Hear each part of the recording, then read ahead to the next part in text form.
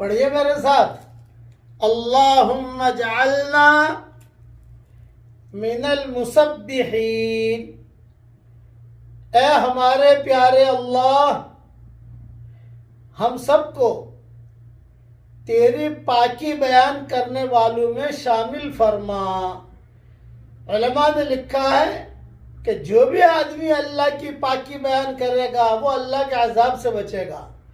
حضرت یونس علیہ السلام کے بارے میں کہا فَلَوْلَا أَنَّهُ كَانَ مِنَ الْمُسَبِّحِينَ، اگر یونس علیہ السلام اللہ کی پاکی بیان نہ کرتے لَلَبِثَ فِي بَطْنِهِ إِلَى يَوْمِ يُبْعَثُونَ، تو مچھلی کے پیٹ میں قیامت تک رہتے۔